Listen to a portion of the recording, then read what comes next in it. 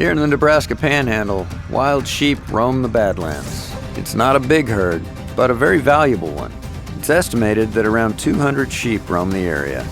Sheep were extinct here by the early 1900s, and it wasn't until 1981 that we were able to bring sheep in from other states, repopulate, reintroduce, establish some populations here.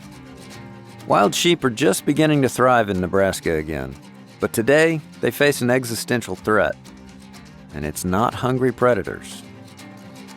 This particular pathogen called Mycoplasma ovonemone seems to be one of the leading pathogens, impacting populations across the West, and unfortunately we've had to deal with it here too. And Movi is a respiratory pathogen.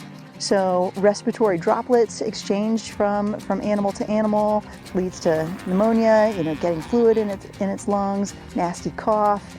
If it's a youngster and it's a pretty acute infection, it can lead to mortality.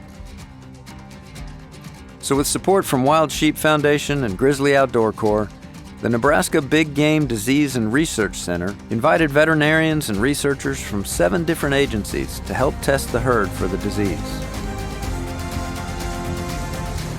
But first, you need to go get the sheep.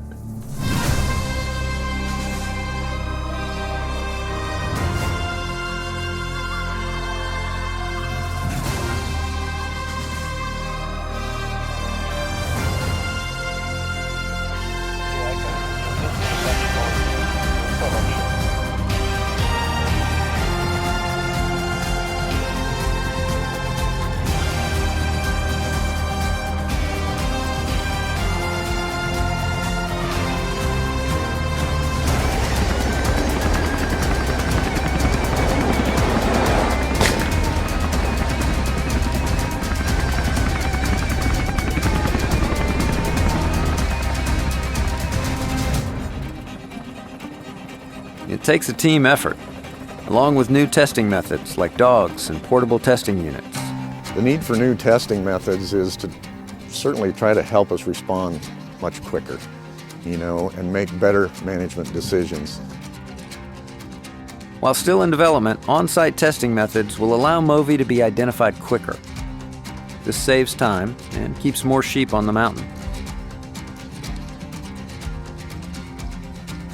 Conservation is a collaborative effort. We appreciate each and every one of our partners, whether they're the crews doing the work on the ground, our funding partners like the Grizzly Outdoor Corps.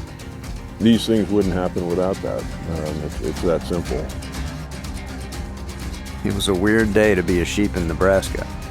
In all, 36 rams and ewes were scooped up, tested, and prodded. But when all the testing was done and the radio collars snapped on, the sheep were allowed to rejoin the herd.